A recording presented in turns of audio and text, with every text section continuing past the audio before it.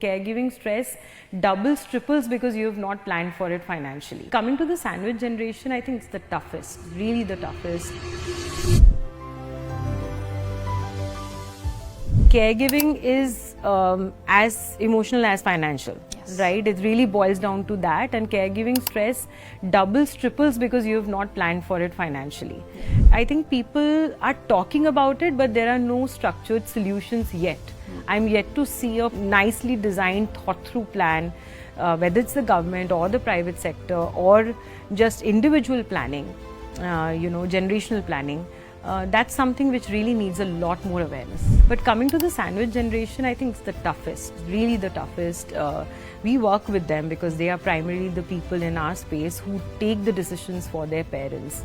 And they are the ones who are really struggling with, so financially, of course, the whole burden of, building careers and looking after children and also planning for, parents' retirement. But the generation above, the current 80 and 90-year-olds, their children, I think it's really stressful, it's exhausting really, and very little support, formal support, whether I talk about support from, let's say, corporates or companies.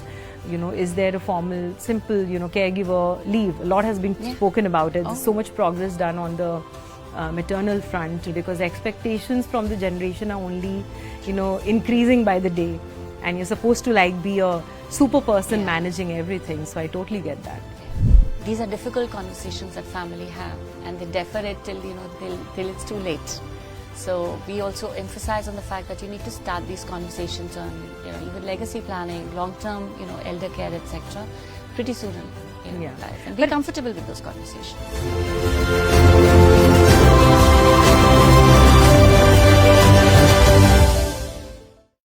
Canara HSBC Life Insurance. Promises का partner.